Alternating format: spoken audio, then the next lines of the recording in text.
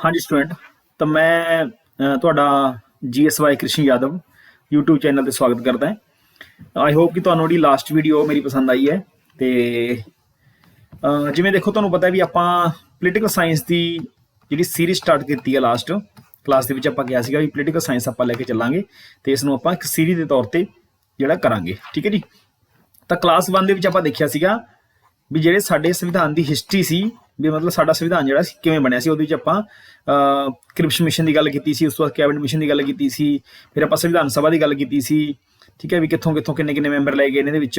ठीक है, तो ये सारियां बेसिक गल्लां जिहड़ियां आपां स्टार्टिंग ने जिहड़ी कीतियां सीगीआं ते एक दो वीडियोस मैं होर भी उस दे उपर बनाऊंगा, संविधान सभा के उपर बनाऊंगा पूरी डिटेल दे विच। ते लास्ट क्लास विच आपां कुछ जानकारी प्राप्त कीती सी। हुण आपां थोड़ा अगे वधदे हां इस तों। ते जिवें देखो हुण जिहड़ा साडा संविधान है,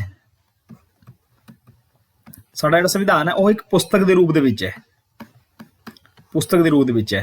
ठीक है जी। तो इस पुस्तक के जदों साडा संविधान 26 जनवरी 1950 नूं लागू होया सीगा, मतलब बन के तैयार होया सी, लागू होया सीगा, तो उस टाइम इहदे भाग सीगे 22 भाग। पर जे आपां हुण वर्तमान की गल करांगे तो इहदे किन्ने भाग ने जी? 25 भाग ने इहदे। उस टाइम किन्ने अनुच्छेद सी, आर्टिकल सीगे? तो उस टाइम आर्टिकल सी 395 आर्टिकल।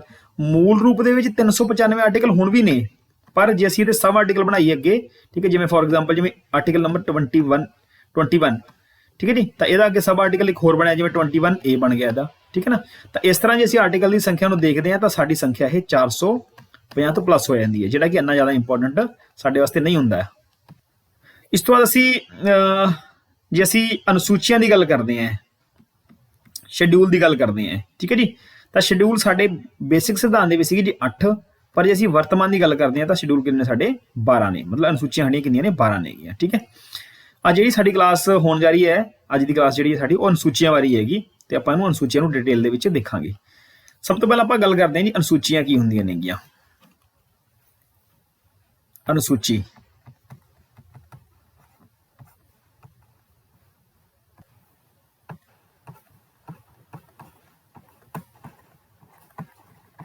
शेड्यूल्स की होंगे ने। ठीक है जी।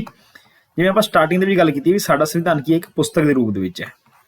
हुण फर्ज करो तुसीं किसी दुकान के उपर जाते हो तो उत्थे सानूं कोई पुस्तक पसंद आ जाती है, असीं उस पुस्तक नूं पसंद किवें कर लैंदे हैं?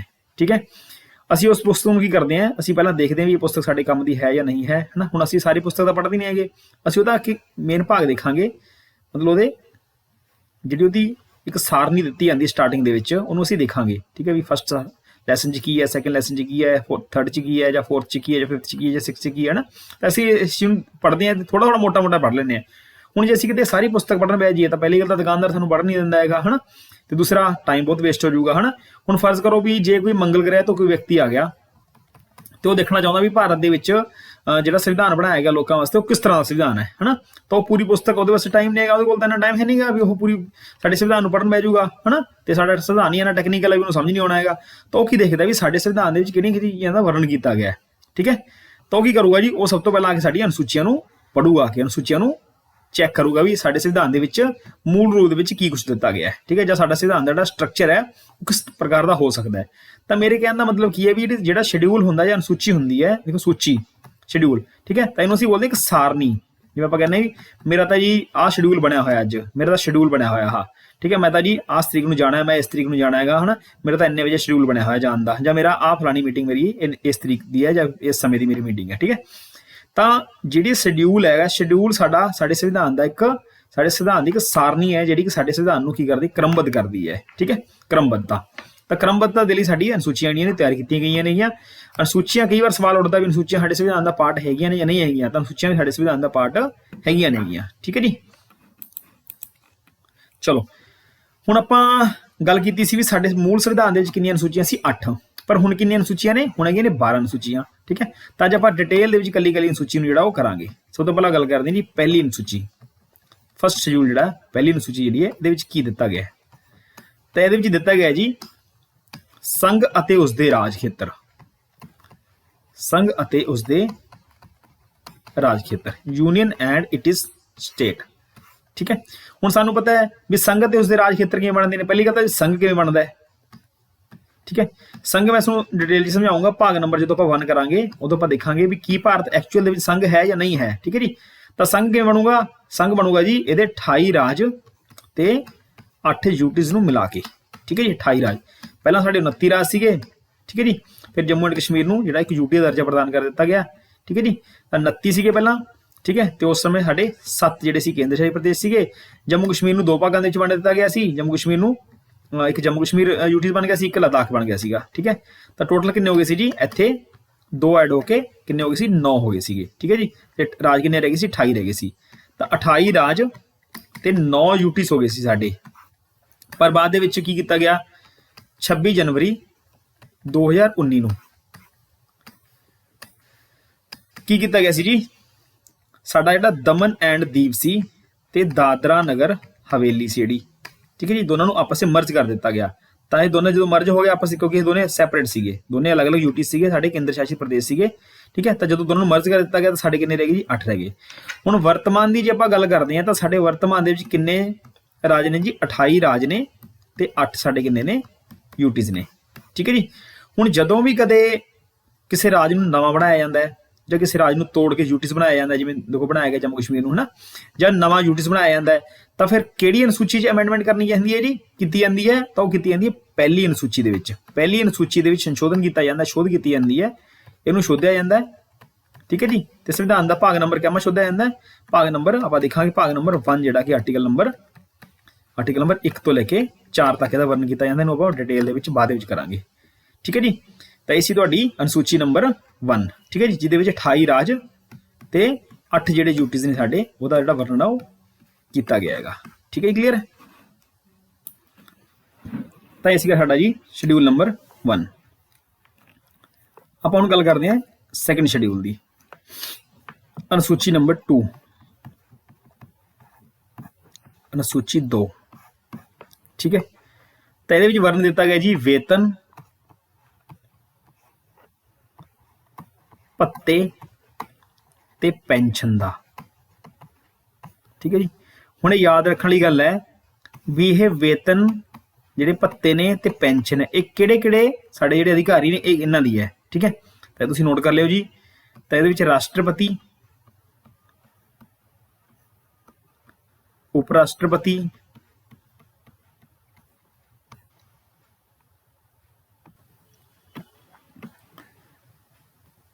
ਲੋਕ ਸਭਾ ਸਪੀਕਰ, ਡਿਪਟੀ ਸਪੀਕਰ,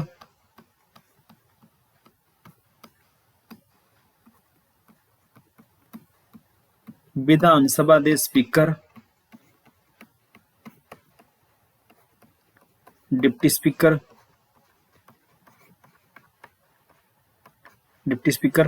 ਠੀਕ ਹੈ। ਰਾਜ ਸਭਾ ਦੇ ਉਪ ਸਭਾਪਤੀ। ਹੁਣ ਤੁਸੀਂ ਸੋਚ ਰਹੇ ਹੋ ਵੀ ਇੱਥੇ ਸਭਾਪਤੀ ਕਿਉਂ ਨਹੀਂ ਆਇਆ? ਤਾਂ ਸਭਾਪਤੀ ਕਿਉਂਕਿ ਰਾਸ਼ਟਰਪਤੀ, ਉਪ ਰਾਸ਼ਟਰਪਤੀ ਪਹਿਲਾਂ ਹੀ ਇੱਥੇ ਆ ਚੁੱਕੇ ਆ। ਠੀਕ ਹੈ ਜੀ। ਰਾਜ ਸਭਾ ਦੇ ਉਪ ਸਭਾਪਤੀ, ਵਿਧਾਨ ਪਰਿਸ਼ਦ ਦੇ ਸਭਾਪਤੀ, ਉਪ ਸਭਾਪਤੀ,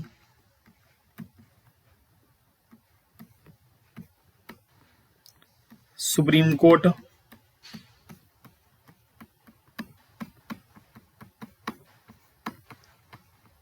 ਹਾਈ ਕੋਰਟਾਂ ਦੇ ਜੱਜ ਤੇ ਭਾਰਤ ਦੇ CAG। CAG ਮਤਲਬ controller and auditor general of India, CAG। ਠੀਕ ਹੈ ਜੀ। CAG। ਤਾਂ ਇਹ ਅਧਿਕਾਰੀ ਨੇ ਜਿਨ੍ਹਾਂ ਦੀ ਵੇਤਨ, ਭੱਤੇ ਤੇ ਪੈਨਸ਼ਨ ਦਾ ਜਿਹੜਾ ਵਰਣਨ ਹੈ ਉਹ ਸਾਡੇ ਸ਼ਡਿਊਲ ਨੰਬਰ 2 ਦੇ ਵਿੱਚ ਦਿੱਤਾ ਗਿਆ ਹੈ। ਠੀਕ ਹੈ ਜੀ। ਜਿਵੇਂ ਇਹਦੇ ਵਿੱਚ ਕੌਣ ਕੌਣ ਆ ਗਏ ਜੀ? ਦੇਖੋ, ਰਾਸ਼ਟਰਪਤੀ, ਉਪ ਰਾਸ਼ਟਰਪਤੀ, ਲੋਕ ਸਭਾ ਸਪੀਕਰ ਆ ਗਏ, ਡਿਪਟੀ ਸਪੀਕਰ ਆ ਗਏ, ਉਹਦੇ ਵਿਧਾਨ ਸਭਾ ਦੇ ਸਪੀਕਰ ਆ ਗਏ, ਡਿਪਟੀ ਸਪੀਕਰ ਆ ਗਏ, ਰਾਜ ਸਭਾ ਦੇ ਉਪ ਸਭਾਪਤੀ ਆ ਗਏ, ਸਭਾਪਤੀ ਪਹਿਲਾਂ ਆ ਚੁੱਕਿਆ, ਉਪ ਰਾਸ਼ਟਰਪਤੀ ਹੁੰਦਾ ਹੈ, ਵਿਧਾਨ ਪਰਿਸ਼ਦ ਦੇ ਸਭਾਪਤੀ, ਉਪ ਸਭਾਪਤੀ, ਸੁਪਰੀਮ ਕੋਰਟ ਤੇ ਹਾਈ ਕੋਰਟ ਦੇ ਜੱਜ ਤੇ CAG। ਤਾਂ ਇਹ ਸ਼ਡਿਊਲ ਨੰਬਰ 2 ਦੇ ਵਿੱਚ ਇਹਨਾਂ ਦਾ ਵਰਣਨ ਕੀਤਾ ਗਿਆ, ਵੇਤਨ, ਭੱਤੇ ਤੇ ਪੈਨਸ਼ਨ ਇਹਨਾਂ ਦੀ ਕੀ ਕੁਛ ਹੋਊਗੀ। ਠੀਕ ਹੈ ਜੀ। ਤਾਂ ਇਹ ਸੀ ਸ਼ਡਿਊਲ ਨੰਬਰ 2 ਜੀ। ਨੈਕਸਟ ਆਪਾਂ ਗੱਲ ਕਰਦੇ ਹਾਂ ਸ਼ਡਿਊਲ ਨੰਬਰ 3 ਦੀ, ਅਨੁਸੂਚੀ 3। ਅਨੁਸੂਚੀ 3। ਠੀਕ ਹੈ। ਤਾਂ ਇਹਦੇ ਵਿੱਚ ਦਿੱਤਾ ਗਿਆ ਜੀ ਸਹੁੰ ਦਾ ਸਟਰਕਚਰ, ਸਹੁੰ ਦਾ ਸਰੂਪ।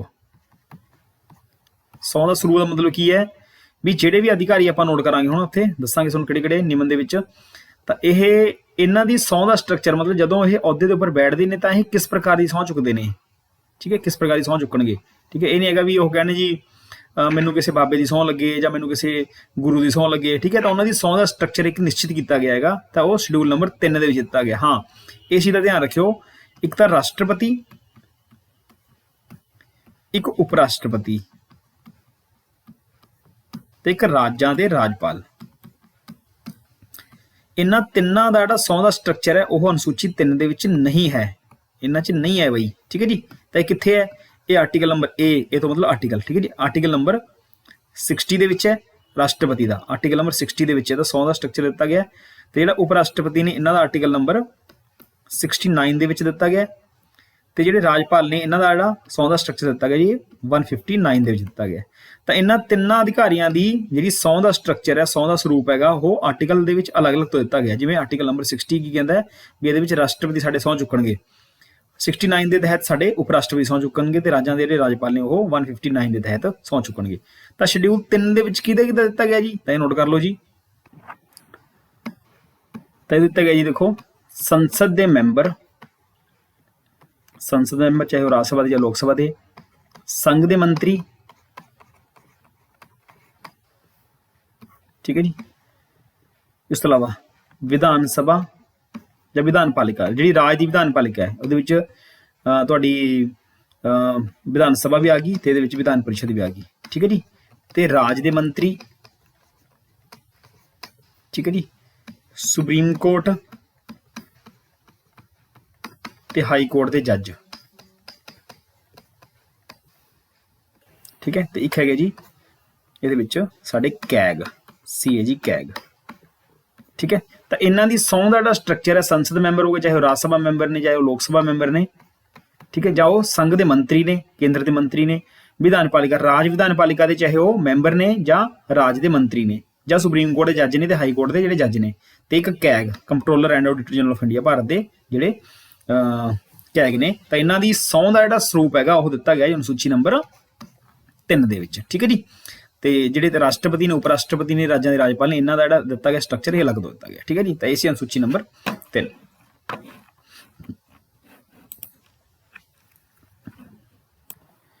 ਇਸ ਤੋਂ ਆਪਾਂ ਗੱਲ ਕਰਦੇ ਹਾਂ ਜੀ ਸਾਡੀਆਂ ਅਨੁਸੂਚੀਆਂ ਬਾਰੇ।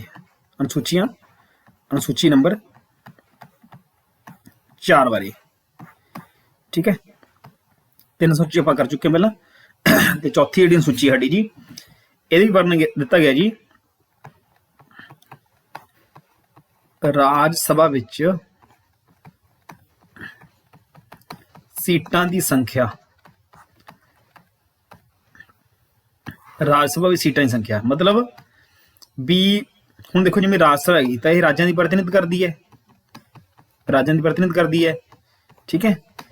ਕਿਸ ਰਾਜ ਦੇ ਵਿੱਚੋਂ ਕਿੰਨੇ ਚੁਣੇ ਜਾਣਗੇ, ਜਿਵੇਂ ਪੰਜਾਬ ਚੋਂ ਕਿੰਨੇ ਚੁਣੇ ਜਾਂਦੇ ਨੇ, ਪੰਜਾਬ ਚੋਂ ਚੁਣੇ ਜਾਂਦੇ ਨੇ 7 ਮੈਂਬਰ। ਸਭ ਤੋਂ ਜ਼ਿਆਦਾ ਕਿੱਥੇ ਚੁਣੇ ਜਾਂਦੇ ਨੇ, ਉੱਤਰ ਪ੍ਰਦੇਸ਼ ਚੋਂ, ਜਿਵੇਂ 31 ਮੈਂਬਰ ਨੇ। ਰਾਜਸਥਾਨ ਦੇ ਵਿੱਚੋਂ ਹਰਿਆਣਾ ਚੋਂ ਕਿੰਨੇ ਚੁਣੇ ਜਾਂਦੇ ਨੇ, ਹਰਿਆਣਾ ਚੁਣੇ ਜਾਂਦੇ ਨੇ 5। ਦਿੱਲੀ ਦੀ ਗੱਲ ਕਰ ਲਈ ਤਾਂ ਦਿੱਲੀ ਚੁਣੇ ਜਾਂਦੇ ਨੇ 3 ਮੈਂਬਰ, ਠੀਕ ਹੈ।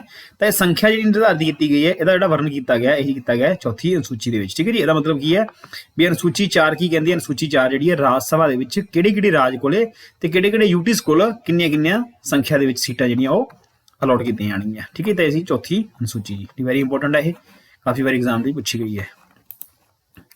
ਨੈਕਸਟ ਹੈਗਾ ਜੀ ਅਨੁਸੂਚੀ ਨੰਬਰ 5, ਅਨੁਸੂਚੀ ਨੰਬਰ 5,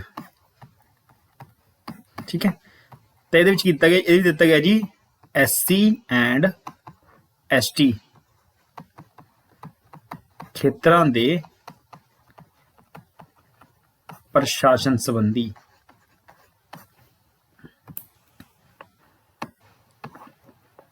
ਠੀਕ ਹੈ ਜੀ। SC ST ਦੇ ਖੇਤਰਾਂ ਦੇ ਪ੍ਰਸ਼ਾਸਨ ਅਤੇ ਕੰਟਰੋਲ ਬਾਰੇ ਤੁਸੀਂ ਲਿਖ ਸਕਦੇ ਹੋ ਇੱਥੇ, ਠੀਕ ਹੈ। ਤਾਂ ਹੁਣ ਦੇਖੋ SC ਐਂਡ ST ਇਹ ਸਾਰੇ ਆਲ ਮਤਲਬ ਇਸ SC ਐਂਡ ST ਜਿਹੜਾ ਖੇਤਰ ਹੈਗਾ, ਠੀਕ ਹੈ, ਤਾਂ ਇਹਨੂੰ ਨੋਟੀਫਾਈ ਕੀਤਾ ਜਾ ਸਕਦਾ ਹੈਗਾ। ਹੁਣ ਇਹ SC ਐਂਡ ST ਖੇਤਰ ਦਾ ਵਰਣਨ ਕਿਉਂ ਕੀਤਾ ਗਿਆ ਹੈਗਾ ਇੱਥੇ, ਕਿਉਂਕਿ ਜਿਹੜੀ ਸ਼ਡਿਊਲ ਟ੍ਰਾਈਬਸ ਹੈਗੀ, ਜਿਹੜੇ ਆਦੀਵਾਸੀ ਬਹੁਲ ਏਰੀਆ ਨੇਗੇ ਜਾਂ ਆਦੀਵਾਸੀ ਖੇਤਰ ਨੇਗੇ, ਹੁਣ ਆਦੀਵਾਸੀ ਜਿਹੜੇ ਸੀਗੇ ਇਹਨਾਂ ਦੀ ਇੱਕ ਆਪਣੀ ਅਲੱਗ ਤੋਂ ਸੰਸਕ੍ਰਿਤੀ ਹੁੰਦੀ ਹੈ, ਠੀਕ ਹੈ। ਇਹਨਾਂ ਦਾ ਆਪਣਾ ਕਲਚਰ ਹੁੰਦਾ, ਇਹਨਾਂ ਦੀ ਅਲੱਗ ਤੋਂ ਭਾਸ਼ਾ ਹੁੰਦੀ ਹੈ, ਜਾਂ ਇਹਨਾਂ ਦਾ ਅਲੱਗ ਤੋਂ ਖਾਣ ਪੀਣ ਹੁੰਦਾ, ਜਾਂ ਇਹਨਾਂ ਦਾ, ਠੀਕ ਹੈ, ਮਤਲਬ ਇਹਨਾਂ ਦਾ ਇੱਕ ਅਲੱਗ ਤੋਂ ਕਲਚਰ ਜਿਹੜਾ ਪਾਇਆ ਜਾਂਦਾ ਹੈ। ਹੁਣ ਅੰਗਰੇਜ਼ ਤੋਂ ਲੈ ਲਓ ਜਾਂ ਪੁਰਾਣੇ ਸਮੇਂ ਤੋਂ ਲੈ ਲਓ, ਇਹਨਾਂ ਦੇ ਕਲਚਰ ਦੇ ਵਿੱਚ ਇੰਟਰਫੇਰੈਂਸ ਜਿਹੜੀ ਕਰਦੇ ਰਹਿੰਦੇ ਸੀਗੇ, ਪਰ ਆਜ਼ਾਦੀ ਤੋਂ ਬਾਅਦ ਸਾਡੇ ਇਹਨਾਂ ਵਾਸਤੇ ਇੱਕ ਅਲੱਗ ਤੋਂ ਜਿਹੜਾ ਪੈਰਾਮੀਟਰ ਤਿਆਰ ਕੀਤਾ ਗਿਆ ਸੀ, ਤਾਂ ਇਹਨਾਂ ਨੂੰ ਅਲੱਗ ਤੋਂ ਇੱਕ ਜਿਹੜਾ ਸ਼ਡਿਊਲ ਏਰੀਆ ਜਿਹੜਾ ਬਣਾ ਕੇ ਦਿੱਤਾ ਗਿਆ ਸੀਗਾ। ਤਾਂ ਮਤਲਬ ਵੀ ਸਰਕਾਰ ਜਾਂ ਕੋਈ ਹੋਰ ਵਿਅਕਤੀ ਜਿਹੜਾ ਇਹਨਾਂ ਦੇ ਖੇਤਰਾਂ ਵਿੱਚ ਦਖਲਅੰਦਾਜ਼ੀ ਨਹੀਂ ਕਰੂਗਾ, ਠੀਕ ਹੈ। ਤਾਂ ਜਿਹੜਾ SC ਐਂਡ ST ਦੇ ਖੇਤਰਾਂ ਦੇ ਪ੍ਰਸ਼ਾਸਨ ਸੰਬੰਧੀ ਜਿਹੜਾ ਪ੍ਰਬੰਧ ਕੀਤਾ ਗਿਆ ਉਹ ਸਾਡੇ ਅਨੁਸੂਚੀ ਨੰਬਰ 5 'ਚ ਕੀਤਾ ਗਿਆ ਹੈਗਾ, ਠੀਕ ਹੈ ਜੀ। ਨੰਬਰ ਹੈਗਾ ਜੀ ਅਨੁਸੂਚੀ ਨੰਬਰ 6।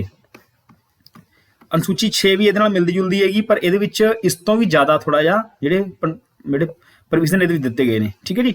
ਤਾਂ ਜਿਵੇਂ ਇੱਥੇ ਦੇਖੋ, ਇੱਥੇ ਮੰਨ ਲਓ ਕੋਈ ST ਜਾਂ SC ਏਰੀਆ ਹੈ, ਤਾਂ ਇਹਦਾ ਜਿਹੜਾ ਮਤਲਬ ਇੱਥੇ SC ST ਏਰੀਆ ਕਿਹੜਾ ਹੋਊਗਾ, ਜਿੱਥੇ 50% ਤੋਂ ਜ਼ਿਆਦਾ ਪੋਪੂਲੇਸ਼ਨ ਜਿਹੜੀ ਹੋਊਗੀ ਉਹ ST ਦੀ ਹੋਊਗੀ ਇੱਥੇ, ਠੀਕ ਹੈ। ਤਾਂ ਉਹਨੂੰ ਅਸੀਂ ਸ਼ਡਿਊਲ ਏਰੀਆ ਡਿਕਲੇਅਰ ਕਰ ਸਕਦੇ ਹਾਂ, ਠੀਕ ਹੈ ਜੀ। ਪਰ ਜਿਹੜਾ ਸ਼ਡਿਊਲ ਨੰਬਰ 6 ਹੈਗਾ, ਤਾਂ ਇਹਦੇ ਵਿੱਚ ਇੱਕ ਪਾਰਟਿਕੂਲਰ ST ਬਸਤੀ ਹੈਗਾ, ਠੀਕ ਹੈ ਜੀ। ST ਦੇ ਜਿਹੜੇ ਖੇਤਰ ਨੇ, ST ਖੇਤਰ ਨੇ ਜਿਹੜੇ, ਇਹਨਾਂ ਦੇ ਪ੍ਰਸ਼ਾਸਨ ਅਤੇ ਕੰਟਰੋਲ ਸੰਬੰਧੀ, ਠੀਕ ਹੈ। ਹੁਣ ਇਹਦੇ ਵਿੱਚ ਕੀ ਹੈ, ST ਦੇ ਵਿੱਚ, ਇਹਦੇ ਵਿੱਚ ਥੋੜੀ ਜਿਹੀ ਪਾਵਰ ਇਹਨਾਂ ਨੂੰ ਜ਼ਿਆਦਾ ਮਿਲਦੀਆਂ ਨੇ। ਜ਼ਿਆਦਾ ਮੀਨਸ ਵੀ ਕਿਹੜੇ ਕਿਹੜੇ ਸਟੇਟਾਂ 'ਚ, ਪਹਿਲਾਂ ਤਾਂ ਇਹ ਦੇਖ ਲਓ, ਅਸਮ, ਮੇਘਾਲਿਆ,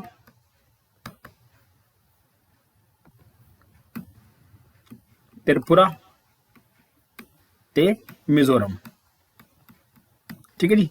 ਜਿਵੇਂ ਦੇਖੋ, ਤਾਂ ਜਿਵੇਂ M ਹੈ, ਦੇਖੋ M ਤੋਂ ਲਾ ਲਓ ਮੇਰਾ, ਜੇ ਉਹਨੂੰ ਯਾਦ ਰੱਖਣਾ ਆਪਾਂ, ਮੇਰਾ, A ਤੋਂ ਅਸਮ, T ਤੋਂ ਤ੍ਰਿਪੁਰਾ ਤੇ M ਤੋਂ ਮੇਘਾਲਿਆ, ਮੇਰਾ ATM, ਠੀਕ ਹੈ ਜੀ। ਤਾਂ ਮੇਰਾ ATM ਨਾਲ ਅਸੀਂ ਯਾਦ ਕਰ ਸਕਦੇ ਹਾਂ। ਹੁਣ ਦੇਖੋ, ਇਹ ਜਿਹੜੇ ਅਸਮ, ਮੇਘਾਲਿਆ ਤੇ ਮਿਜ਼ੋਰਮ ਨੇਗੇ, ਠੀਕ ਹੈ। ਤਾਂ ਇੱਥੇ ST ਪਾਪੂਲੇਸ਼ਨ ਵੱਡੀ ਗਿਣਤੀ ਦੇ ਵਿੱਚ ਹੈ, ST ਪਾਪੂਲੇਸ਼ਨ ਕਾਫੀ ਵੱਡੀ ਗਿਣਤੀ ਦੇ ਵਿੱਚ ਹੈ, ਠੀਕ ਹੈ।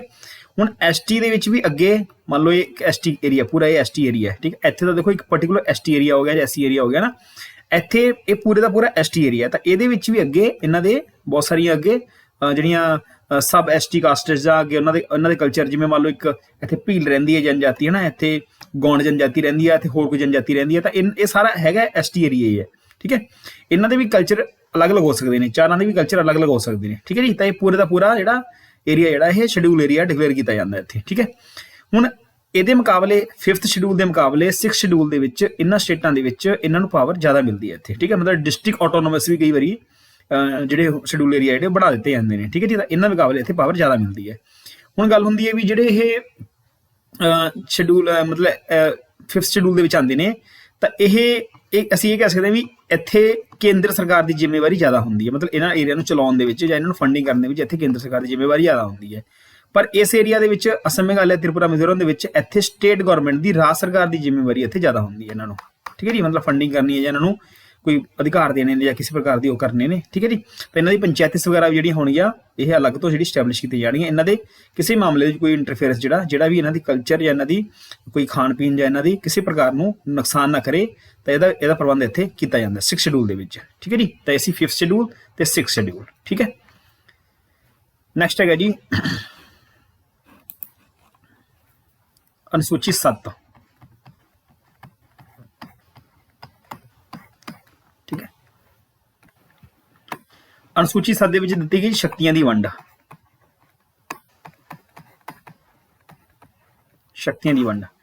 ਹੁਣ ਸਾਨੂੰ ਪਤਾ ਦੇਖੋ ਵੀ ਭਾਰਤ ਦੇ ਵਿੱਚ ਸੰਘੀ ਪ੍ਰਣਾਲੀ ਬਣਾਈ ਗਈ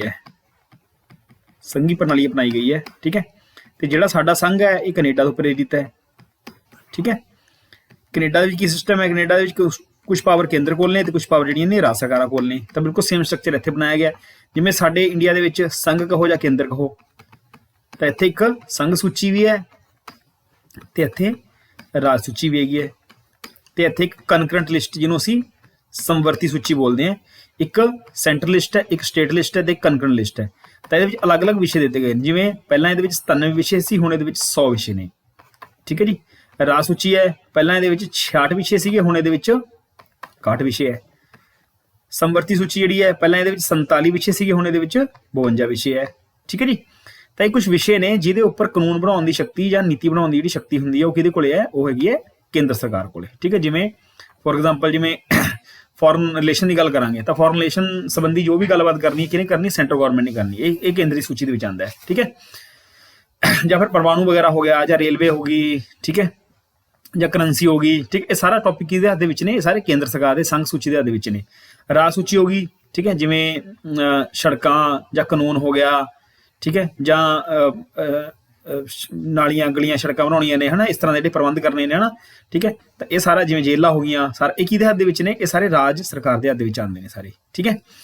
ਇੱਕ ਹੁੰਦੀ ਕੰਕਰਨ ਲਿਸਟ, ਠੀਕ ਹੈ, ਮਤਲਬ ਇਸ ਵਿਸ਼ੇ ਦੇ ਉੱਪਰ ਰਾਜ ਸੂਚੀ ਦੇ ਵਿਸ਼ੇ ਤੇ ਕਾਨੂੰਨ ਬਣਾਉਣ ਦੀ ਸ਼ਕਤੀ ਕਿਹਦੇ ਕੋਲ ਹੁੰਦੀ ਹੈ? ਰਾਜ ਸਰਕਾਰ ਕੋਲ ਹੁੰਦੀ ਹੈ। ਸਮਵਰਤੀ ਸੂਚੀ ਹੁੰਦੀ ਹੈ ਜਿਹਦੇ ਉੱਪਰ ਕੇਂਦਰ ਤੇ ਰਾਜ ਦੋਨੋਂ ਹੀ ਕਾਨੂੰਨ ਬਣਾਉਂਦੇ ਨੇ। ਰਾਜ ਸਰਕਾਰ ਵੀ ਕਾਨੂੰਨ ਬਣਾ ਸਕਦੀ ਹੈ ਤੇ ਕੇਂਦਰ ਸਰਕਾਰ ਵੀ ਇਹਦੇ ਉੱਪਰ ਕਾਨੂੰਨ ਬਣਾ ਸਕਦੀ ਹੈ, ਠੀਕ ਹੈ ਨਾ। ਤੇ ਪਰ ਜੇ ਕੇਂਦਰ ਦੁਆਰਾ ਕਾਨੂੰਨ ਬਣਾਇਆ ਗਿਆ ਕਿਸੇ ਟੌਪਿਕ ਦੇ ਉੱਪਰ, ਤਾਂ ਰਾਜ ਸਰਕਾਰ ਉਸ ਦੇ ਟੌਪਿਕ ਦੇ ਉੱਪਰ ਉਹਦੀ ਪਾਵਰ ਜਿਹੜੀ ਨੇ ਘਟ ਜਾਂਦੀਆਂ ਨੇ, ਜਾਂ ਉਹਦੇ ਉੱਪਰ ਕਾਨੂੰਨ ਜਿਹੜਾ ਉਹ ਨਹੀਂ ਬਣਾ ਸਕਦੀ ਹੈਗੀ, ਠੀਕ ਹੈ।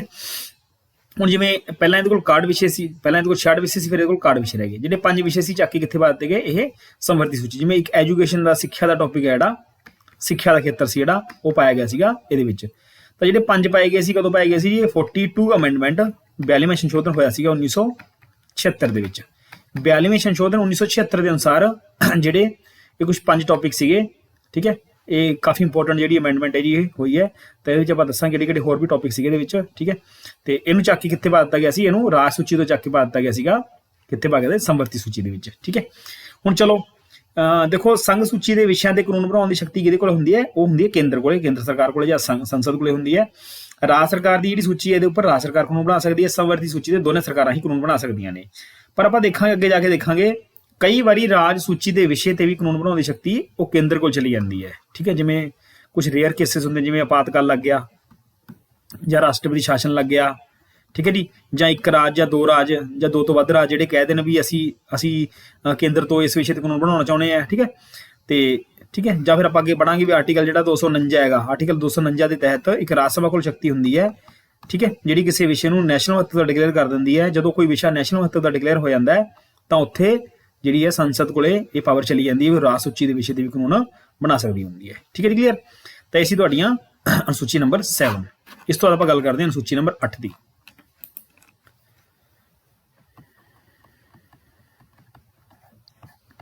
ਅਨੁਸੂਚੀ 8, ਠੀਕ ਹੈ। ਤਾਂ ਇਹਦੇ ਵਿੱਚ ਦਿੱਤਾ ਗਿਆ ਜੀ ਭਾਸ਼ਾਵਾਂ ਦਾ ਵਰਣਨ ਇਹਦੇ ਵਿੱਚ ਕੀਤਾ ਗਿਆ। ਜਦੋਂ ਸਾਡਾ ਸੰਵਿਧਾਨ ਬਣਿਆ ਸੀ ਤਾਂ ਉਸ ਟਾਈਮ ਮੂਲ ਰੂਪ ਦੇ ਵਿੱਚ ਸਾਡੀਆਂ ਕਿੰਨੀਆਂ ਭਾਸ਼ਾਵਾਂ ਸੀ ਇਹਦੇ ਵਿੱਚ ਦਰਜ? ਤਾਂ ਇਹਦੇ ਵਿੱਚ 14 ਭਾਸ਼ਾਵਾਂ ਦਰਜ ਸੀਗੀਆਂ, ਠੀਕ ਹੈ ਜੀ। ਕਿਹੜੀਆਂ ਭਾਸ਼ਾਵਾਂ ਸੀ ਜੀ? ਜਿਵੇਂ ਜੀ ਲਿਖ ਲਓ ਜੀ ਤੁਸੀਂ, ਅਸਾਮੀ,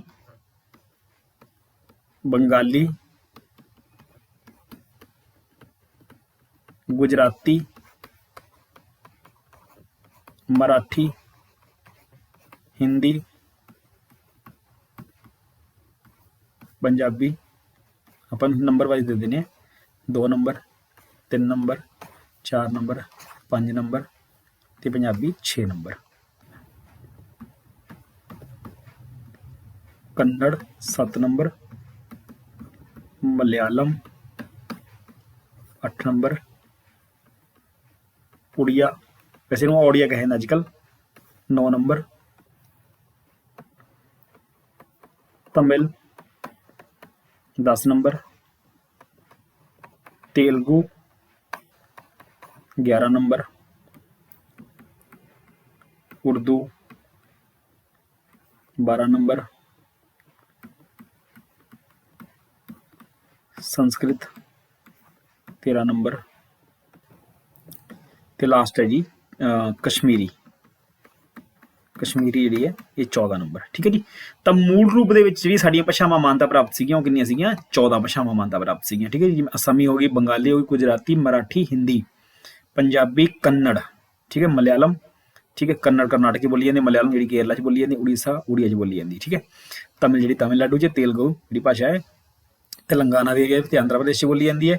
ਉਰਦੂ ਦੇਖੋ ਕਈ ਸਟੇਟਾਂ 'ਚ ਬੋਲੀ ਜਾਂਦੀ ਹੈ, ਜਿਵੇਂ ਬੇਸਿਕਲੀ ਇਹ ਜੰਮੂ ਕਸ਼ਮੀਰ ਦੀ ਲੈਂਗੁਏਜ ਹੈ। ਸੰਸਕ੍ਰਿਤ ਜਿਹੜੀ ਹੈ ਕਿਸੇ ਬੋਲੀ ਨਹੀਂ ਜਾਂਦੀ, ਇਹ ਭਾਰਤ ਦੀ ਇੱਕ ਜਿਹੜੀ ਹੈ ਵੈਦਿਕ ਭਾਸ਼ਾ ਦੇ ਤੌਰ ਤੇ ਸ਼ਾਮਿਲ ਕੀਤੀ ਗਈ ਹੈ। ਕਸ਼ਮੀਰੀ ਜਿਹੜੀ ਹੈ ਕਸ਼ਮੀਰ 'ਚ ਬੋਲੀ ਜਾਂਦੀ, ਠੀਕ ਹੈ ਜੀ। ਤਾਂ ਇਹ 14 ਭਾਸ਼ਾਵਾਂ ਮਾਨਤਾ ਪ੍ਰਾਪਤ ਸੀਗੀਆਂ ਸਾਡੇ ਸੰਵਿਧਾਨ ਦੇ ਵਿੱਚ, ਮੂਲ ਸੰਵਿਧਾਨ ਦੇ ਵਿੱਚ, ਠੀਕ ਹੈ ਜੀ।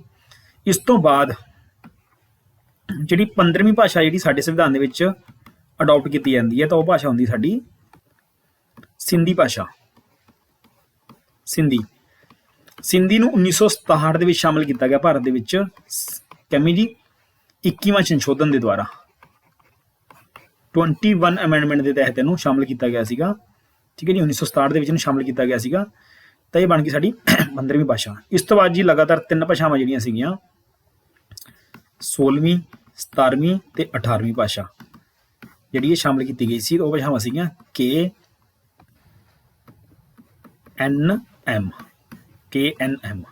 ਠੀਕ ਹੈ ਜੀ। ਇਹਨੂੰ ਸ਼ਾਮਲ ਕੀਤਾ ਜਾਂਦਾ ਜੀ 71 ਅਮੈਂਡਮੈਂਟ ਇਨ 1992 ਦੇ ਵਿੱਚ। 1992 ਦੇ ਵਿੱਚ 3 ਭਾਸ਼ਾਵਾਂ ਨੇ, ਕਿਹੜੀਆਂ ਜੀ? ਇੱਕ ਤੇ ਹੈਗੀ ਕੋਂਕਣੀ, ਗੋਆ ਦੇ ਵਿੱਚ ਬੋਲੀ ਜਾਂਦੀ ਜਿਹੜੀ ਕੋਂਕਣੀ। ਐਨ ਦਾ ਮਤਲਬ ਨੇਪਾਲੀ, ਵਿਦੇਸ਼ੀ ਭਾਸ਼ਾ ਦੇਖੋ ਨੇਪਾਲੀ, ਠੀਕ ਹੈ। ਤੇ ਐਮ ਦਾ ਮਤਲਬ ਮਣੀਪੁਰੀ। ਤਾਂ ਇਹ 3 ਲੈਂਗੁਏਜ ਜਿਹੜੀਆਂ ਸ਼ਾਮਲ ਕੀਤੀਆਂ ਜਾਂਦੀਆਂ ਨੇ 1992 ਦੇ ਵਿੱਚ। ਕਿਹੜਾ ਅਮੈਂਡਮੈਂਟ ਸੀਗਾ ਸੰਵਿਧਾਨ ਦਾ? 71 ਅਮੈਂਡਮੈਂਟ, ਠੀਕ ਹੈ ਜੀ। 71 ਅਮੈਂਡਮੈਂਟ ਦੇ ਤਹਿਤ 1992 ਦੇ ਵਿੱਚ ਇਹ ਭਾਸ਼ਾਵਾਂ ਜਿਹੜੀਆਂ ਨੇ ਸ਼ਾਮਲ ਕੀਤੀਆਂ ਜਾਂਦੀਆਂ ਨੇ। ਤਾਂ ਹੁਣ ਸਾਡੀਆਂ ਭਾਸ਼ਾਵਾਂ ਕਿੰਨੀਆਂ ਹੋ ਗਈਆਂ ਜੀ? 18 ਹੋ ਗਈਆਂ।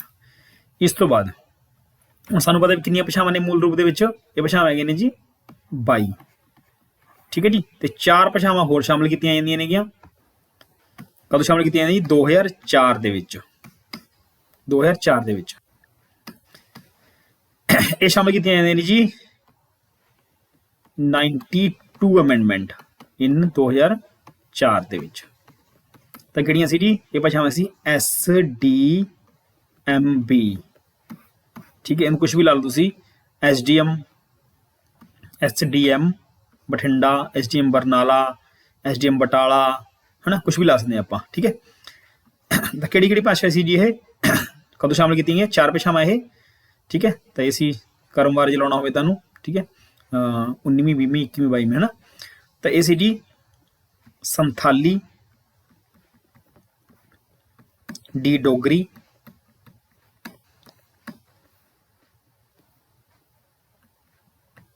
ਐਮ ਮੈਥਿਲੀ ਤੇ ਬੀ ਦਾ ਮਤਲਬ ਸੀ ਬੋਡੋ, PODO ਬੋਡੋ, ਠੀਕ ਹੈ ਜੀ।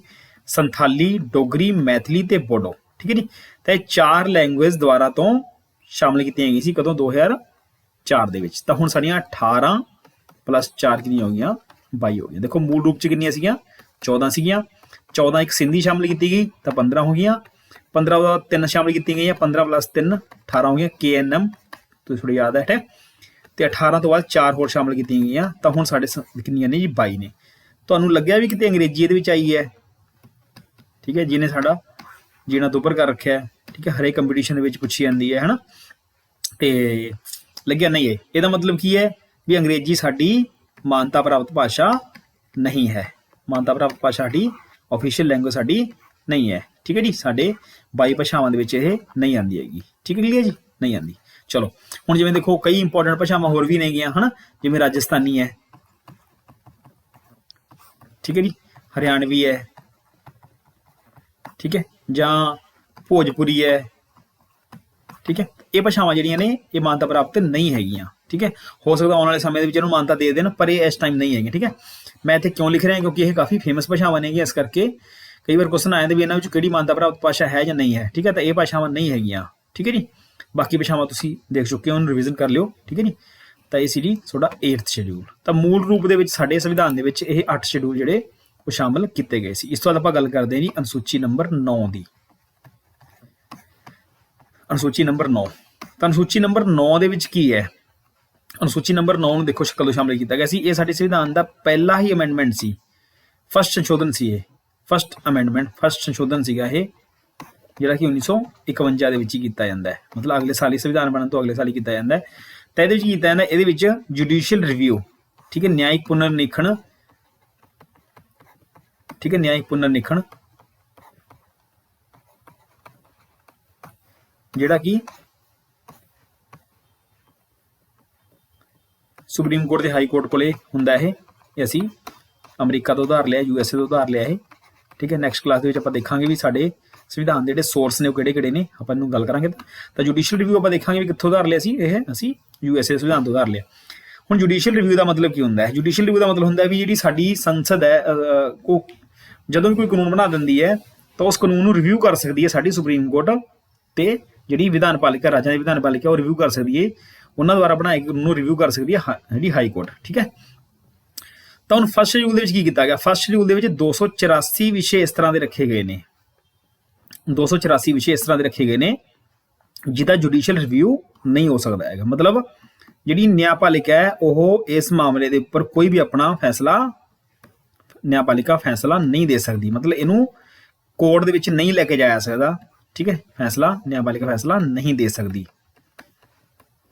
ਠੀਕ ਹੈ, ਮਤਲਬ ਤੁਸੀਂ 284 ਵਿਸ਼ੇ ਇਸ ਪ੍ਰਕਾਰ ਦੇ ਨੇ ਵੀ ਤੁਸੀਂ ਇਹਨਾਂ ਨੂੰ ਕੋਰਟ ਦੇ ਵਿੱਚ ਚੈਲੰਜ ਨਹੀਂ ਕਰ ਸਕਦੇ। ਜਾਂ ਸਰਕਾਰ ਸਮੇਂ ਦੇ ਉੱਪਰ ਕਿਸੇ ਸਮੇਂ ਕੋਈ ਟੌਪਿਕ ਇਸ ਤਰ੍ਹਾਂ ਦਾ ਹੈ ਉਹਨੂੰ 284 ਸੂਚੀਆਂ ਦੇ ਵਿੱਚ ਪਾ ਦੇ, ਮਤਲਬ ਉਹਨੂੰ ਸ਼ਡਿਊਲ ਨੰਬਰ 9 ਦੇ ਵਿੱਚ ਪਾ ਦੇ, ਤਾਂ ਤੁਸੀਂ ਉਹਨੂੰ ਕੋਰਟ ਦੇ ਵਿੱਚ ਲੈ ਕੇ ਨਹੀਂ ਜਾ ਸਕਦੇ ਹੈਗੇ, ਮਤਲਬ ਕੋਰਟ ਉਹਦੇ ਉੱਪਰ ਫੈਸਲਾ ਨਹੀਂ ਦੇ ਸਕਦੀ ਹੈਗੀ। ਠੀਕ ਹੈ, ਚਲੋ, ਪਰ ਸੁਪਰੀਮ ਕੋਰਟ ਨੇ ਇੱਕ ਆਪਣੇ ਫੈਸਲੇ 'ਚ ਇਹ ਕਿਹਾ ਹੈਗਾ ਵੀ ਜੇ ਸਾਨੂੰ ਲੱਗਦਾ ਹੈ ਵੀ 9ਵੀਂ ਸੂਚੀ ਦੇ ਵਿੱਚ ਮੰਨ ਲਓ ਕੋਈ ਇਹੋ ਜਿਹਾ ਟੌਪਿਕ ਹੈ ਜਿਹੜਾ ਕਿਸੇ ਵਿਅਕਤੀ ਦੇ ਫੰਡਾਮੈਂਟਲ ਰਾਈਟ ਨੂੰ ਖਤਮ ਕਰਦਾ ਹੈ ਜਾਂ ਉਹਨੂੰ ਕਿਤੇ ਨਾ ਕਿਤੇ ਉਹਦੇ ਉੱਪਰ ਰੋਕ ਲਾਉਂਦਾ ਹੈ, ਜਾਂ ਉਹਨੂੰ ਖਤਮ ਕਰਦਾ ਜਾਂ ਰੋਕ ਲਾਉਂਦਾ ਹੈ, ਠੀਕ ਹੈ, ਫਿਰ ਅਸੀਂ ਜੁਡੀਸ਼ੀਅਲ ਰਿਵਿਊ ਕੀ ਕਰ ਸਕਦੇ ਹਾਂ, ਉਸ ਵਿਸ਼ੇ ਤੇ ਕਰ ਸਕਦੇ ਹਾਂ ਜਾਂ ਉਸ ਕਾਨੂੰਨ ਦੇ ਉੱਪਰ ਕਰ ਸਕਦੇ ਹਾਂ। ਠੀਕ ਹੈ ਜੀ, ਜਿਹੜਾ ਵੀ ਟੌਪਿਕ ਤੁਸੀਂ ਇਹਦੇ ਵਿੱਚ ਪਾਇਆ ਹੋਏਗਾ ਉਹਦਾ ਅਸੀਂ ਜੁਡੀਸ਼ੀਅਲ ਰਿਵਿਊ ਕਰ ਸਕਦੇ ਹਾਂ ਜੇ ਕਿਤੇ ਉਹ ਤੁਹਾਡੇ ਮੌਲਿਕ ਅਧਿਕਾਰਾਂ ਨੂੰ ਕੀ ਕਰਦਾ ਹੈ, ਕਿਤੇ ਨਾ ਕਿਤੇ ਠੇਸ ਪਹੁੰਚਾਉਂਦਾ ਹੈ, ਉਹਨੂੰ ਰੋਕ ਲਾਉਂਦਾ ਹੈ ਜਾਂ ਉਹਨੂੰ ਖਤਮ ਕਰਨ ਦੀ ਗੱਲ ਕਰਦਾ ਹੈ। ਠੀਕ ਹੈ ਨਾ, ਫਿਰ ਹੋ ਸਕਦਾ ਹੈਗਾ। ਠੀਕ ਹੈ ਜੀ, ਤਾਂ ਇਹ ਸੀਗਾ ਜੀ ਤੁਹਾਡਾ ਸ਼ਡਿਊਲ ਨੰਬਰ 9 ਜੀ, ਅਨੁਸੂਚੀ ਨੰਬਰ 9।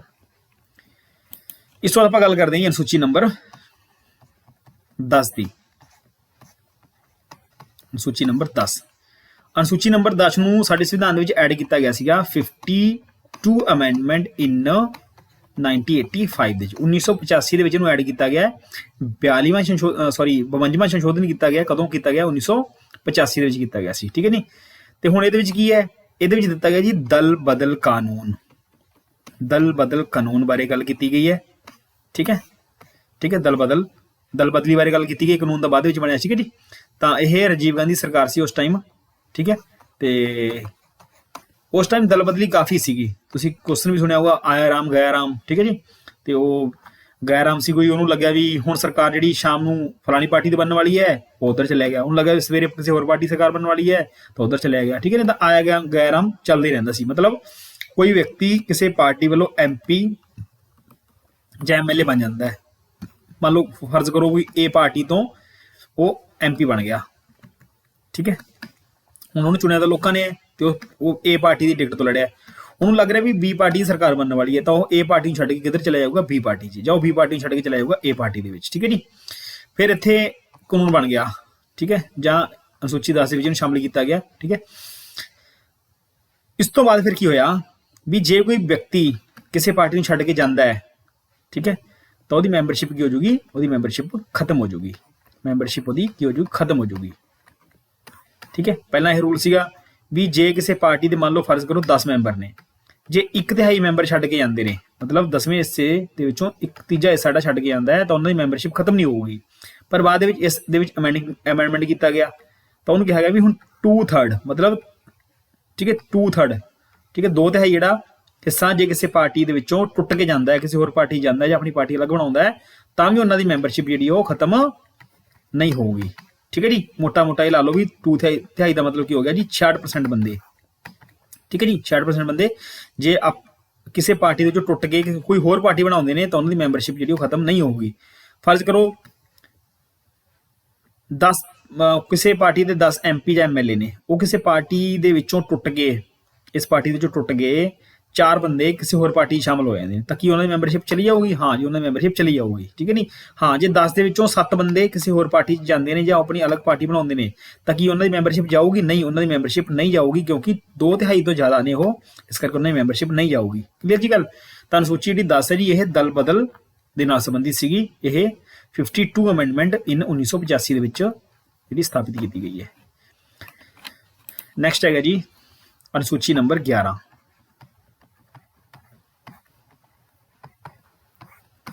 ਅਨੁਸੂਚੀ ਨੰਬਰ ਜਿਹੜੀ 11 ਕੀ ਸਥਾਪਿਤ ਕੀਤੀ ਗਈ ਸੀ ਜੀ 73 ਅਮੈਂਡਮੈਂਟ ਇਨ 1993। ਠੀਕ ਹੈ ਜੀ, ਜਿਹੜਾ ਕਾਨੂੰਨ ਬਣਿਆ ਹੈ 1993 'ਚ ਬਣਿਆ ਹੈਗਾ। ਠੀਕ ਹੈ ਨਾ, ਕਈ ਜਗ੍ਹਾ ਤੇ ਤੁਸੀਂ ਇਹਨੂੰ ਬਿੱਲ ਦੇ ਤੌਰ ਤੇ 1992 ਵੀ ਕਰ ਸਕਦੇ ਹੋ। ਠੀਕ ਹੈ ਜੀ, ਜਦੋਂ ਬਿੱਲ ਸੀਗਾ ਤਾਂ 1992 ਸੀ, ਕਾਨੂੰਨ ਬਣ ਗਿਆ ਤਾਂ 1993 ਹੋ ਗਿਆ। ਠੀਕ ਹੈ ਜੀ, ਤਾਂ ਇਹਦੇ ਵਿੱਚ ਕੀ ਹੈ? ਇਹਦੇ ਵਿੱਚ ਪੰਚਾਇਤੀ ਰਾਜ ਦੀ ਗੱਲ ਕੀਤੀ ਗਈ ਹੈ। ਪੰਚਾਇਤੀ ਰਾਜ, ਠੀਕ ਹੈ ਜੀ, ਪੰਚਾਇਤੀ ਰਾਜ ਦਾ ਵਰਣਨ ਇਹਦੇ ਵਿੱਚ ਕੀਤਾ ਗਿਆ ਹੈਗਾ। 73 ਅਮੈਂਡਮੈਂਟ ਇਨ 1993 ਦੇ ਤਹਿਤ ਇਹ ਵਰਣਨ ਕੀਤਾ ਗਿਆ ਹੈਗਾ। ਦੇਖੋ ਕੀ ਸੀ, ਕਿਉਂਕਿ ਰਾਜੀਵ ਗਾਂਧੀ ਦਾ ਸੁਪਨਾ ਸੀਗਾ ਪੰਚਾਇਤੀ ਰਾਜ ਨੂੰ ਅਸੀਂ ਸਥਾਪਿਤ ਕਰੀਏ, ਤੇ ਉਹਨਾਂ ਨੇ ਵੀ ਯਤਨ ਕੀਤਾ ਸੀਗਾ ਆਪਣੇ ਸਮੇਂ ਦੇ ਵਿੱਚ, ਪਰ ਮਤਲਬ ਉਹਨਾਂ ਦੀ ਜਿਹੜੀ ਡੈਥ ਹੋ ਗਈ ਸੀਗੀ ਡਿਊਰਿੰਗ ਇਲੈਕਸ਼ਨ ਦੇ। ਤਾਂ ਉਸ ਤੋਂ ਬਾਅਦ ਨਰਸਿਮਹਾ ਰਾਓ ਪ੍ਰਾਈਮ ਮਿਨਿਸਟਰ ਬਣਦੇ ਨੇ ਤੇ ਉਹਨਾਂ ਨੇ ਰਾਜੀਵ ਗਾਂਧੀ ਦਾ ਸੁਪਨਾ ਜਿਹੜਾ ਪੂਰਾ ਕੀਤਾ ਸੀ ਪੰਚਾਇਤੀ ਰਾਜ ਦਾ, ਠੀਕ ਹੈ। ਤੇ ਪੰਚਾਇਤੀ ਰਾਜ ਨੂੰ ਫਿਰ ਸਥਾਪਿਤ ਕੀਤਾ ਗਿਆ ਸੀ ਇੰਡੀਆ ਦੇ ਵਿੱਚ, ਇਹਨੂੰ ਸੰਵਿਧਾਨਿਕ ਦਰਜਾ ਪ੍ਰਦਾਨ ਕੀਤਾ ਗਿਆ ਸੀਗਾ। 73 ਅਮੈਂਡਮੈਂਟ 1993 ਦੇ ਤਹਿਤ ਨੂੰ ਇੱਕ ਸੰਵਿਧਾਨਿਕ ਦਰਜਾ ਪ੍ਰਾਪਤ ਹੋਇਆ। ਤੇ ਫਿਰ ਸੰਵਿਧਾਨ ਦੇ ਵਿੱਚ ਇੱਕ ਭਾਗ ਨੰਬਰ 9 ਜੋੜਿਆ ਜਾਂਦਾ ਜਿਹੜਾ ਕਿ ਪੰਚਾਇਤੀ ਰਾਜ ਦੇ ਨਾਲ ਸੰਬੰਧਿਤ ਹੈ। ਹੁਣ ਭਾਰਤ ਦੇ ਵਿੱਚ ਸਟੇਟਾਂ ਦੇ ਵਿੱਚ ਜਿਹੜੀ ਪੰਚਾਇਤਾਂ ਦੀ ਸਥਾਪਨਾ ਕੀਤੀ ਜਾਂਦੀ ਹੈ ਉਹ ਹਰ 5 ਸਾਲਾਂ ਬਾਅਦ ਇਲੈਕਸ਼ਨ ਕਰਵਾਈਆਂ ਜਾਂਦੀਆਂ ਨੇ। ਪਾਰਟੀਕੁਲਰ ਇੱਕ ਸੰਵਿਧਾਨਿਕ ਪ੍ਰੋਵੀਜ਼ਨ ਦੇ ਤਹਿਤ ਸਾਰਾ ਕੁਝ ਕੀਤਾ ਜਾਂਦਾ ਹੈ। ਉਹਦੇ ਵਿੱਚ ਰਾਖਵਾਂਕਰਨ ਪ੍ਰਦਾਨ ਕੀਤਾ ਜਾਂਦਾ ਹੈ। SC ST OBC ਨੂੰ ਵੀ ਰਾਖਵਾਂਕਰਨ ਜੀ ਚਾਹੇ ਰਾਜ ਸਰਕਾਰ ਚਾਹੇ ਤਾਂ ਕਰ ਸਕਦੀ ਹੈ। ਔਰਤਾਂ ਨੂੰ ਉਹਦੇ ਵਿੱਚ ਰਾਖਵਾਂਕਰਨ ਪ੍ਰਦਾਨ ਕੀਤਾ ਜਾਂਦਾ ਹੈ, ਠੀਕ ਹੈ। ਤੇ ਭਾਗ ਨੰਬਰ 9 ਨੂੰ ਇਹਦੇ ਵਿੱਚ ਜੋੜਿਆ ਜਾਂਦਾ ਹੈ। ਕਲੀਅਰ ਗੱਲ। ਤਾਂ ਅਨੁਸੂਚੀ ਨੰਬਰ 11 ਜਿਹੜੀ ਹੈ ਕਿਹਦੇ ਨਾਲ ਸੰਬੰਧਿਤ ਹੈ ਜੀ? ਪੰਚਾਇਤੀ ਰਾਜ ਦੇ ਨਾਲ ਸੰਬੰਧਿਤ ਹੈ ਇਹ, ਠੀਕ ਹੈ ਜੀ। ਇਸ ਤੋਂ ਬਾਅਦ ਆਪਾਂ ਨਾਲ ਹੀ ਗੱਲ ਕਰ ਲੈਣੇ ਇਹਦੇ ਅਨੁਸੂਚੀ ਨੰਬਰ 12 ਦੀ, ਠੀਕ ਹੈ ਜੀ। ਅਨੁਸੂਚੀ ਨੰਬਰ 12, ਤਾਂ ਅਨੁਸੂਚੀ ਨੰਬਰ ਜਿਹੜੀ 12 ਹੈਗੀ ਇਹ ਕਦੋਂ ਜੋੜੀ ਜਾਂਦੀ ਹੈ? ਇਹ ਜੋੜੀ ਜਾਂਦੀ ਹੈ 74 ਅਮੈਂਡਮੈਂਟ ਇਨ 1993 ਦੀ, ਠੀਕ ਹੈ ਜੀ। ਤਾਂ ਇਹਦੇ ਵਿੱਚ ਕੀ ਹੈ? ਇਹਦੇ ਵਿੱਚ ਸ਼ਹਿਰੀ ਸਥਾਨਕ ਸਰਕਾਰ ਦੀ ਗੱਲ ਕੀਤੀ ਜਾਂਦੀ ਹੈ, ਮਿਊਨਿਸਪੈਲਿਟੀ ਦੀ ਗੱਲ ਕੀਤੀ ਜਾਂਦੀ ਹੈ, ਨਗਰਪਾਲਿਕਾ ਦੀ ਗੱਲ ਕੀਤੀ ਜਾਂਦੀ ਹੈ। ਸ਼ਹਿਰੀ ਸਥਾਨਕ ਸਰਕਾਰ ਉਹ ਪੇਂਡੂ ਸਰਕਾਰ ਸੀ, ਪੰਚਾਇਤੀ ਰਾਜ ਇਹ ਸ਼ਹਿਰੀ ਸਥਾਨਕ ਸਰਕਾਰ ਹੈ, ਠੀਕ ਹੈ ਜੀ। ਤਾਂ ਇਹਨੂੰ ਤੁਸੀਂ ਨਗਰਪਾਲਿਕਾ ਵੀ ਲਿਖ ਸਕਦੇ ਹੋ, ਨਗਰਪਾਲਿਕਾ ਜਾਂ ਨਗਰ ਨਿਗਮ ਵਗੈਰਾ ਜਿਹੜੀਆਂ ਹੁੰਦੀਆਂ ਨੇ ਸਾਡੀਆਂ, ਤਾਂ ਇਹਦੀ ਜਿਹੜੀ ਸਟੈਬਲਿਸ਼ਮੈਂਟ ਕੀਤੀ ਜਾਂਦੀ ਹੈ, ਠੀਕ ਹੈ। ਤੇ ਇਹਨੂੰ ਆਪਾਂ ਡਿਟੇਲ ਦੇ ਵਿੱਚ ਕਰਾਂਗੇ, ਟੌਪਿਕ ਵੱਡਾ ਇਹ, ਠੀਕ ਹੈ। ਤਾਂ ਇਹਦੀ ਵੀ ਸਥਾਪਨਾ ਕਦੋਂ ਕੀਤੀ ਜਾਂਦੀ ਹੈ? 74 ਅਮੈਂਡਮੈਂਟ 1900। ਤਾਂ ਇਹਦੇ ਤਹਿਤ ਜੋੜਿਆ ਗਿਆ ਸੀ ਭਾਗ ਨੰਬਰ 9A, 9A ਨੂੰ ਜੋੜਿਆ ਗਿਆ ਸੀ ਭਾਗ ਨੰਬਰ ਨੂੰ, ਠੀਕ ਹੈ ਜੀ। ਤਾਂ ਇਹ ਸੀ ਤੁਹਾਡੀਆਂ ਜੀ ਅਨੁਸੂਚੀਆਂ, ਤੇ ਕਾਫੀ ਡਿਟੇਲ ਵਿੱਚ ਆਪਾਂ ਇਹਨੂੰ ਕਰਨ ਦੀ ਕੋਸ਼ਿਸ਼ ਕੀਤੀ ਹੈ। ਤੇ ਆਈ ਹੋਪ ਕਿ ਤੁਹਾਨੂੰ ਇਹ ਵੀਡੀਓ ਜਿਹੜੀ ਪਸੰਦ ਆਈ ਹੋਊਗੀ। ਜੇ ਤੁਹਾਨੂੰ ਇਹ ਵੀਡੀਓ ਪਸੰਦ ਆਉਂਦੀ ਹੈ ਤਾਂ ਪਲੀਜ਼ ਇਹਨੂੰ ਸਾਡੇ ਚੈਨਲ ਨੂੰ ਤੁਸੀਂ ਸਬਸਕ੍ਰਾਈਬ ਕਰ ਦਿਓ। ਜੇ ਤੁਸੀਂ ਸਬਸਕ੍ਰਾਈਬ ਨਹੀਂ ਕੀਤਾ ਤਾਂ ਇਹਨੂੰ ਸਬਸਕ੍ਰਾਈਬ ਕਰ ਦਿਓ। ਤੇ ਜੇ ਤੁਹਾਨੂੰ ਵੀਡੀਓ ਪਸੰਦ ਆਉਂਦੀ ਹੈ ਤਾਂ ਪਲੀਜ਼ ਇਹਨੂੰ ਅੱਗੇ ਤੁਸੀਂ ਵੱਧ ਤੋਂ ਵੱਧ ਸ਼ੇਅਰ ਕਰੋ, ਤੇ ਤਾਂ ਕਿ ਅਸੀਂ ਹੋਰ ਵੀ ਇਸ ਵੀਡੀਓ ਤੋਂ ਜਾਂ ਸਾਡੇ ਜਿਹੜੇ ਵਿਊਜ਼ ਆਉਣਗੇ ਤਾਂ ਅਸੀਂ ਹੌਸਲਾ ਅਫਜ਼ਾਈ ਲੈ ਕੇ ਅਸੀਂ ਅੱਗੇ ਹੋਰ ਵੀ ਵੀਡੀਓ ਅਸੀਂ ਵਧੀਆ ਤਰੀਕੇ ਨਾਲ ਬਣਾ ਸਕੀਏ। ਤੇ ਇਹਨੂੰ ਵੱਧ ਤੋਂ ਤੁਸੀਂ ਸ਼ੇਅਰ ਕਰੋ ਤਾਂ ਕਿ ਕਿਸੇ ਦੇ ਹੋਰ ਵੀ ਕੰਮ ਆ ਸਕੇ ਵੀਡੀਓ ਇਹ। ਤੇ ਆਉਣ ਵਾਲੇ ਜਿੰਨੇ ਵੀ ਕੰਪੀਟੀਸ਼ਨਸ ਆਉਣਗੇ ਆਪਣੇ, ਜਾਂ ਕੋਈ ਵੀ ਤੁਸੀਂ ਪੰਜਾਬ ਸਕੂਲ ਸਿੱਖਿਆ ਬੋਰਡ ਦਾ ਐਗਜ਼ਾਮ ਦੇ ਰਹੇ ਹੋਗੇ ਤਾਂ ਉਹਦੇ ਵਿੱਚ ਵੀ ਕਾਫੀ ਇੰਪੋਰਟੈਂਟ ਹੈਗਾ ਇਹ। ਤੇ ਜਿੰਨੇ ਵੀ ਐਗਜ਼ਾਮ ਆਉਣਗੇ ਸਾਰਿਆਂ ਦੇ ਵਿੱਚ ਇਹ ਤੁਹਾਡੇ ਜਿਹੜੇ ਕੰਮ ਆਉਣਗੇ ਇਹ, ਠੀਕ ਹੈ ਜੀ। ਤਾਂ ਪਲੀਜ਼ ਇਹਨੂੰ ਸਾਡੇ ਚੈਨਲ ਨੂੰ ਸਬਸਕ੍ਰਾਈਬ ਕਰੋ, ਲਾਈਕ ਕਰੋ ਤੇ ਵੀਡੀਓ ਨੂੰ ਵੱਧ ਤੋਂ ਵੱਧ ਸ਼ੇਅਰ ਕਰੋ। Thank you.